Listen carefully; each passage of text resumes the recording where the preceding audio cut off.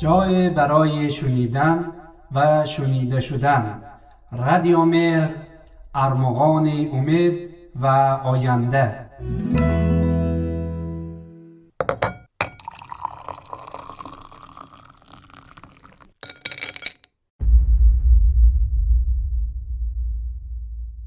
یک پیاله چای.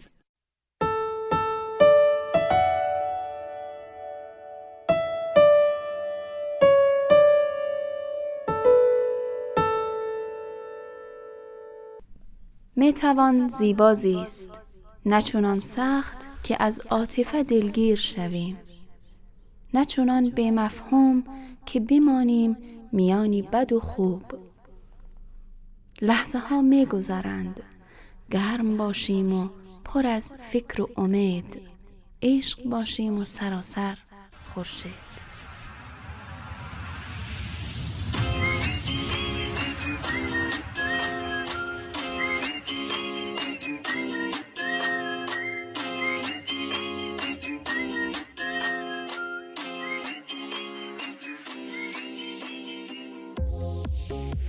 السلام علیکم شنوندگان و همراهان خوبی برنامه یک پیاله چای. سلام به همه مردان و زنان کشورم تاجیکستان. سلام به کارگران ساختمانسازی، سلام بر رانندگان تاکسی و سلام بر روندگان کوچه ها و خیابان ها. سلام بر فروشندگان و دوزندگان. سلام بر پزندگان. سلام به همه کارگران و بیکاران. سلام بر شما دوستی عزیز که شبانه روز تلاش میکنی برای رشد و ترقی وطن. آریا سهراب هستم، صدا بردار و تدوینگری برنامه یک پیاله چای.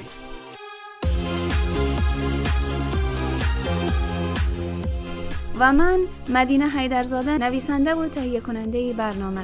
صدای ما را میشنوید از رادیو مهر، ارمغان امید و آینده.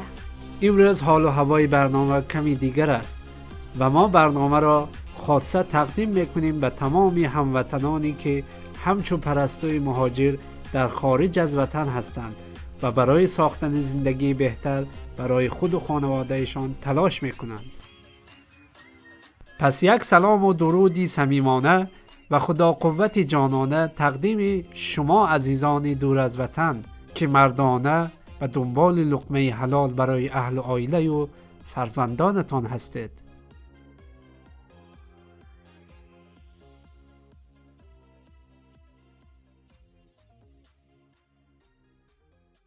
می‌خواهیم در این برنامه کمی از حال دل آنها با شما گپ زنیم و از دلتنگی و درد دوری بگوییم. از چشمان گریان مادران و همسران که ماه‌ها و سال‌هاست چشمشان به در است. از سختی‌های مهاجر کاری که چقدر برای یافتن کار باید این در و آن در زند و با همه این مشکلات بازگاهی میشنویم که بیچاره فلانی را فریب دادند و پولهایش را گرفتند.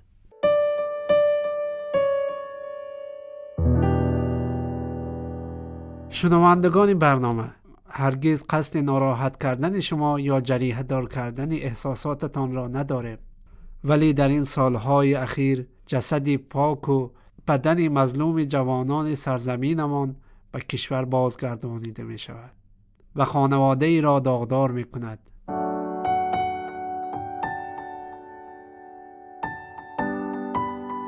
اگر جای دانه هایت را که روز کاشته‌ای فراموش کردی، باران روز به تو خواهد گفت کجا کاشته‌ای. پس نیکی را بکار، بالای هر زمین، وزیر هر آسمان، برای هر کسی. تو نمیدانی کی و کجا آن را خواهی یافت که کار نیک هر جا که کاشته شود به بار می نشیند. بله، اثری زیبا باقی میماند، حتی اگر روز صاحب اثر دیگر حضور نداشته باشد.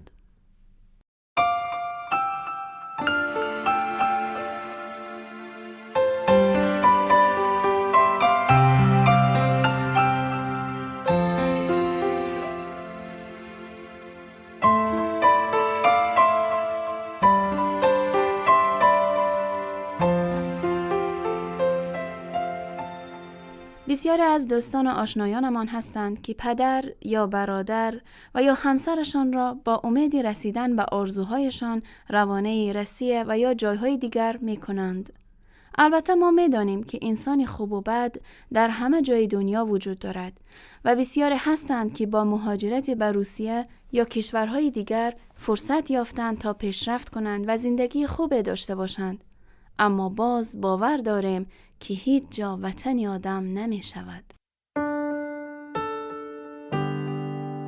عموماً برای هر کسی که به یک منطقه، شهر یا کشور نو که مهاجرت میکند، مشکلات زیادی به سر راهش است. از مهارت‌های زبانی گرفته تا تفاوت‌های فرهنگی، اشتغال و تحصیل و یا حتی در برخی جاها ما هنوز شاهد نوع نژاد پرستی و تعصب ملی مذهبی نیز هستیم که این مسائل رنج دوری و تنهایی را دوچندان میکند.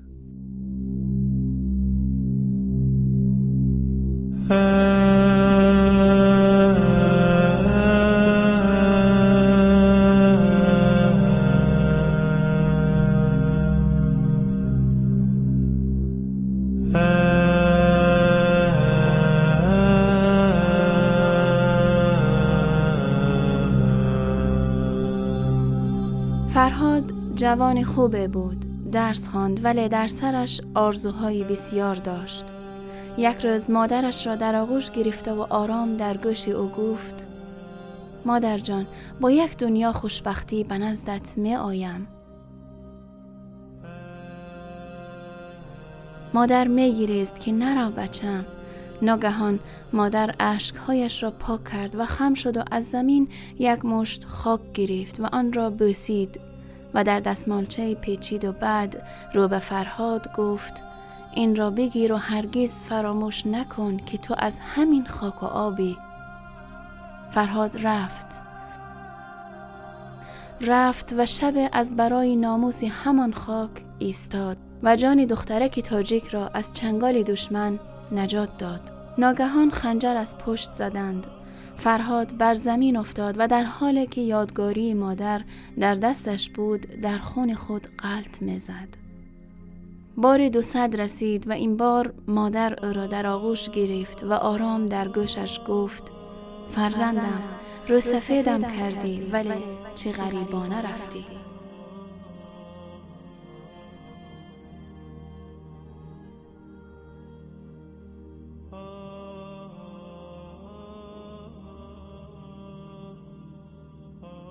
متاسفانه ما در برخی از شهرها و کشورهای دنیا می‌بینیم که یک هموطن مورد بی‌مهری و آزار قرار می‌گیرد، اما هیچ صدایی نه از جانب ما مردم و نه از جانب دولت نمی‌براید.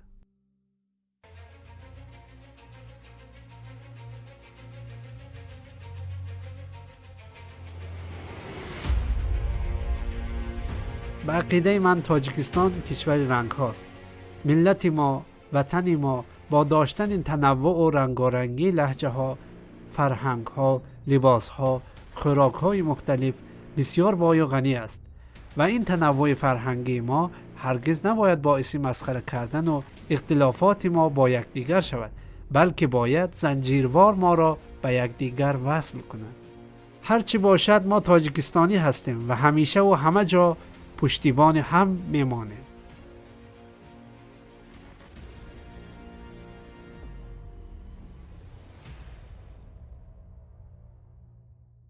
ناگزیر از سفرم به سر و سامان چون باد، به گرفتاری رهایی نتوان گفت آزاد. کوچ تا چند مگر می شود از خویش گریخت، بال تنها غم غربت به پرستوها داد. اینکه مردم نشناسند تو را غربت نیست، غربت آن است که یاران ببرندت از یاد. عاشقی چیست بجز شادی و مهر و غم و قهر، نه من از قهر تو غمگین نه تو از مهرم شاد. چشم بیهوده به آینه شدن دوخته ای، اشک آن روز که آینه شد از چشم افتاد.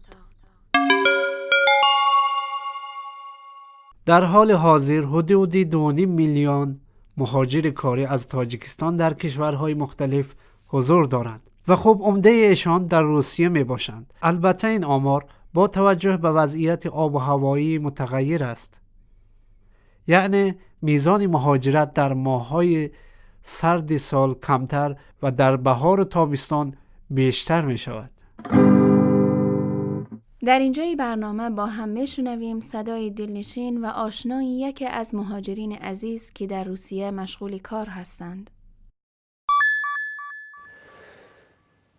سلام علیکم به شنوندگان رادیو مهر.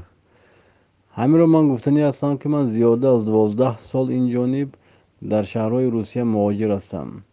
هر سال یک ماه در اونجا میشم و 11 ماه در شهر روسیه. از جهتی تنقیصی کشیدن، از جهتی کار نداشتن، هر چندی که کوشش کردم در تاجیکستان یگان کاری پیدا کردن ندانستم. کاری که پیدا کردم 400-500 سومانی، این 4 فرزند رو با این مبلغ ها من نگاهبین کردن نمیتونم.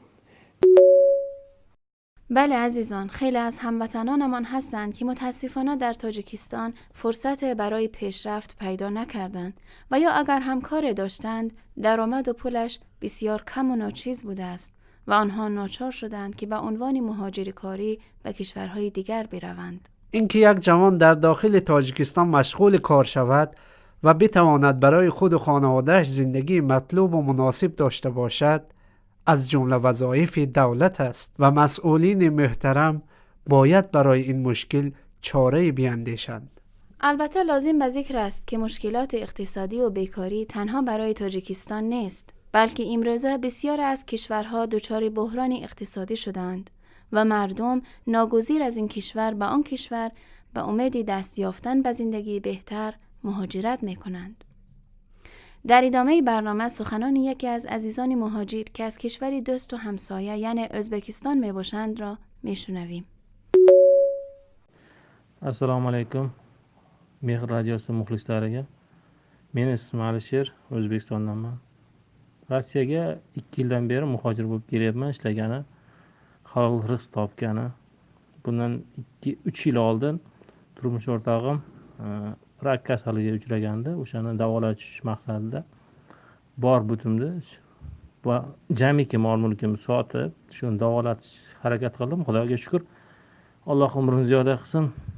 Hozir yaxshi, sog'liqlari yaxshi. O'sha narsadan keyin majbur bo'ldim Rossiyaga ishlagani kelgan. Hozir mana 2 yildan beri Rossiyada mehnat qilyapmiz. Xudoga shukr. Nasib qilgani bo'lyapti. O'zimiz O'zbekistonda ham ishlarim yaxshi edi.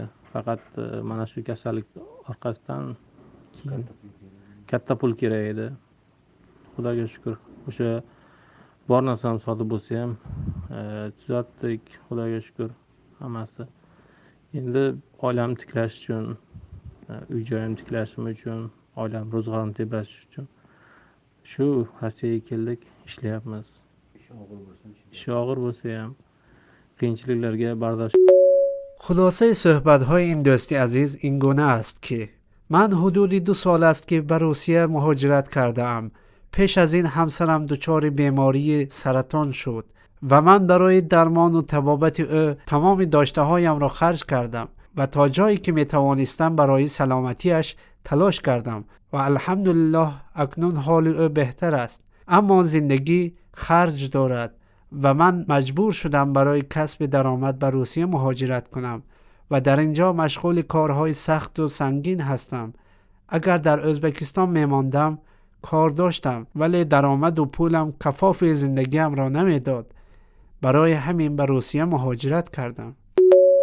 برای هر دو دوستی عزیز که به رادیو مهر منت گذاشتند بهترین ها را آرزو داریم و از خداوند منان نهایت لطف و محبتش را برایشان خواستاره.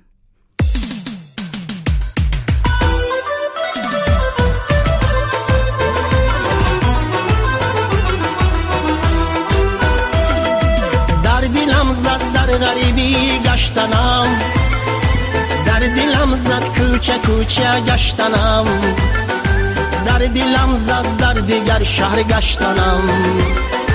خانه میروم نزد مادرم میروم خانه میروم نزد مادرم میروم در دلم زد در غریبی گشتنم در دلم زد کوچه کوچه گشتنم در دلم زد در دیگر شهر گشتنم خانه میروم نزد مادرم میروم خانه میروم نزد مادرم میروم قایقت شکست، پارویت را آب برد، تورت پاره شد، سیدت دوباره به دریا برگشت. غمت نباشد چون خدا با ماست.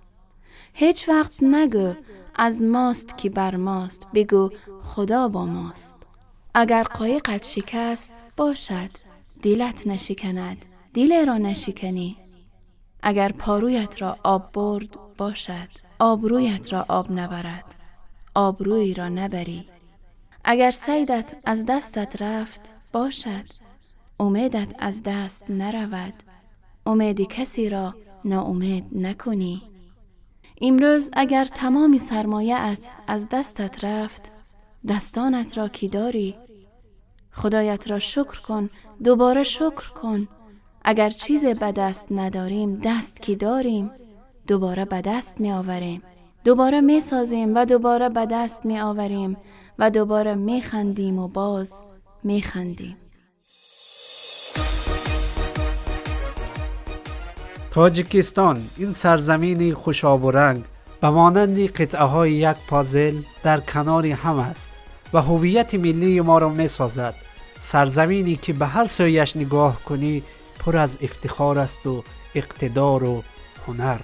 شمال و جنوب و شرق و غربش همه سرشار از زیبایی. وقتی که ما به فرهنگ اصیلمان می‌نگریم، چه زیبا احساس غرور می‌کنیم و به خود می‌بالیم. مهم است که به وجود کشورمان افتخار کنیم، ولی مهمتر از آن این است که کار کنیم کشورمان به وجودمان افتخار کنیم.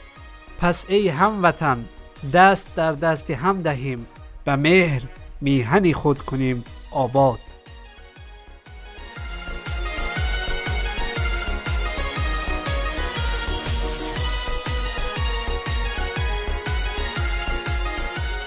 زنده باد آن کس که هست از جان هواداری وطن. هم وطن غمخواری او، هم اوست غمخواری وطن.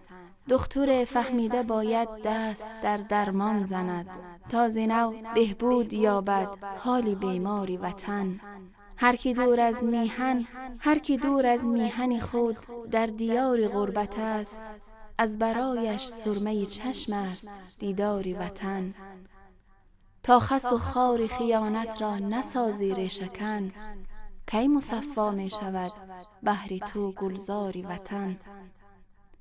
پیکر مامی وطن دانی چرا خم گشته است، زانکه مشت اجنبی خواهند سرباری وطن. به که در فکر وطن باشیم و فکر کاری او، پیش از آن که از دست ها بیرون رود کاری وطن. تا یک پیاله چای دیگر، خدا نگهدار.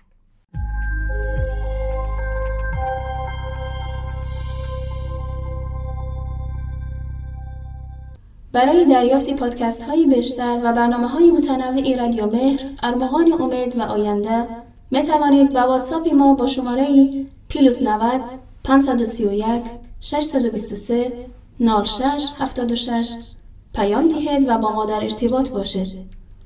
اینچنین در کانال یوتیوب و فیسبوک رادیو مهر آبونه شده و ما را همراهی کنید. www.radiomehr.org